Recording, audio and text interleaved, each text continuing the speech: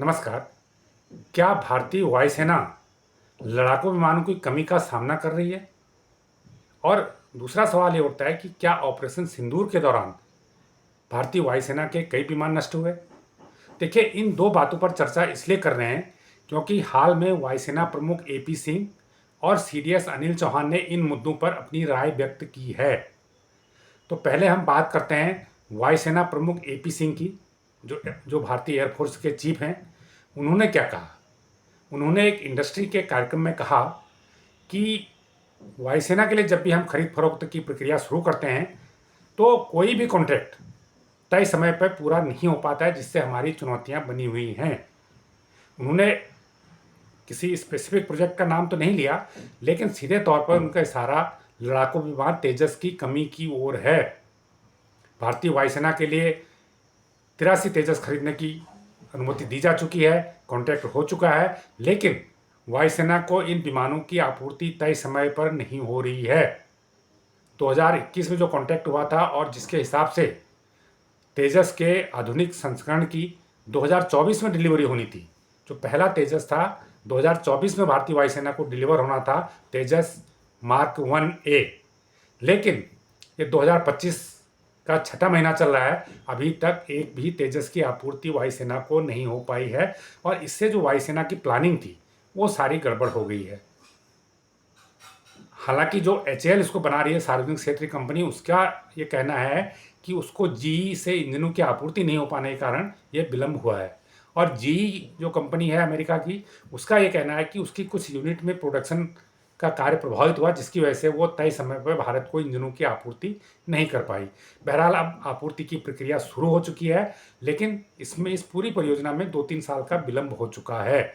तो वायुसेना के प्रमुख जो एपी सिंह हैं, उनकी चिंता यही है कि जो प्रोजेक्ट तय होता है, जो टाइमलाइन तय होती है, उसके भीतर हमारा उत्पादन नहीं हो पा रहा है, जिससे हमें परेशानियों का सामना करना पड़ रहा है।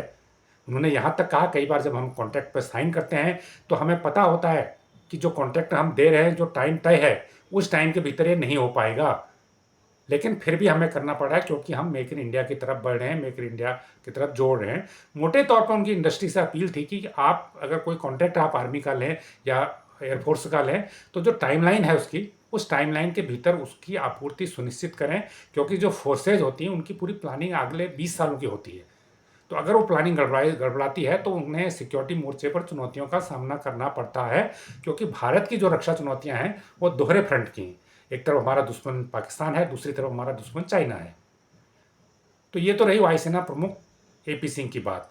अब क्या वास्तव में एयरफोर्स विमानों की कमी से जूझ रही है? निश्चित तौर पर जूझ रही है, क्योंकि भारतीय वायुसेना के पास जो विमानों की जो स्वीकृत लड़ाकू विमानों की जो स्वीकृत स्क्वाड्रन है वो 42 हैं और एक स्क्वाड्रन में 18 लड़ाकू विमान होते हैं। तो 42 स्क्वाड्रन भारतीय वायुसेना के पास होनी चाहिए, हर समय रेडी होनी चाहिए। लेकिन इस समय दिक्कत क्या है कि सिर्फ 31 स्क्वाड्रन ही रेडी हैं। आप मान के चले कि 11 स्क्वाड्रन खाली पड़ी हैं, उनके पास कोई विमान नहीं है। तो 11 स्क्वाड्रन का मतलब हो गया कि 198 लड़ाकू विमानों की कमी वायुसेना के पास है। एक फैक्टर तो हो गया ये।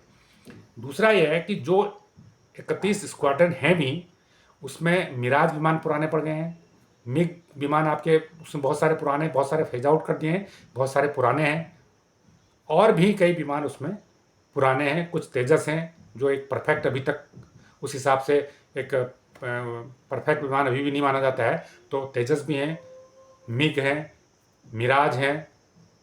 तो इस प्रकार के जो विमान हैं वो फेज आउट होने की स्थिति में, अगले जगुआर भी हैं, तो अगले कुछ सालों में इन्हें फेज आउट करना है। तो अगर हमें अगले कुछ सालों में नए विमान नहीं मिलते हैं और पुराने फेज आउट करने पड़ गए, तो स्ट्रेंथ और भी कम हो जाएगी। और ये पहला मौका है जब स्क्वाड्रन की संख्या घट के 31 तक आ गई है, नहीं तो 35-36 से हमेशा बनी रहती थी। एक और चुनौती क्या है कि जो 31 स्क्वाड्रन है भी, इसमें जो सुखोई हैं, करीब इसमें 150 करीब सुखोई हैं, उन सुखोई में से बहुत सारे उड़ने की स्थिति में नहीं हैं।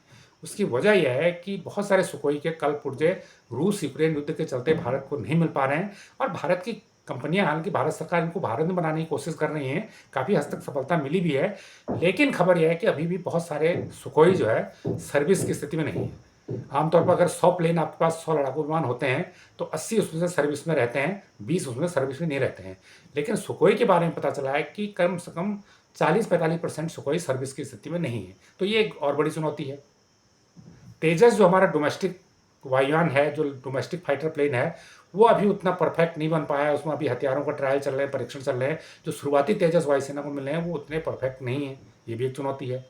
और जो अब उसका नया वर्जन आना है जो बेहतर है पहले वर्जन से, उसको मिलने में डिले हो रहा है, ये एक और चुनौती है। तो इसलिए वायुसेना प्रमुख का ये कहना है कि हर साल वायुसेना को 35 से 40 नए लड़ाकू विमान चाहिए, तब वो अपनी ज़रूरतों को पूरी कर पाएगी और अपना जो स्ट्रेंथ भी मेंटेन कर पाएगी और जो पुराने विमान हैं उनको फेज आउट भी कर पाएगी। पहली बात।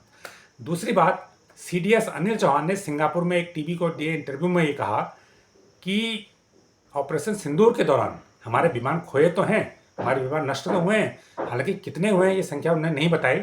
और जो पाकिस्तान का क्लेम है कि उसने भारत के 6 फाइटर विमान गिरा दिए, इसको उन्होंने नकार दिया। उन्होंने कहा ये सूचना गलत है, लेकिन ये उन्होंने माना कि कुछ हमारे विमान नष्ट हुए हैं, इस युद्ध के दौरान नष्ट हुए हैं, पहले शुरुआती दिनों में नष्ट हुए हैं। उसके बाद हमने अपनी गलतियों को बेहतर किया, अपनी जो चूक को सुधारा, रणनीति बदली और हमने 10 मई को पाकिस्तान को हमारे लड़ाकू विमानों ने ऐसा मुंहतोड़ जवाब दिया कि उसके 11-12 एयरबेस को हमने तबाह कर दिया।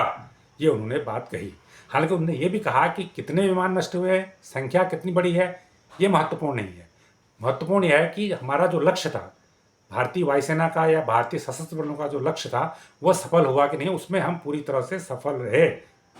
वायुसेना पहले भी कह चुकी है कि जब कॉम्बैट होता है, जब युद्ध होता है, तो उसमें नुकसान हो सकता है, होता रहता है, लेकिन ये कोई बड़ा मुद्दा नहीं है। और वायुसेना ने पहले ये भी कहा कि हमारे सारे पायलट सुरक्षित हैं।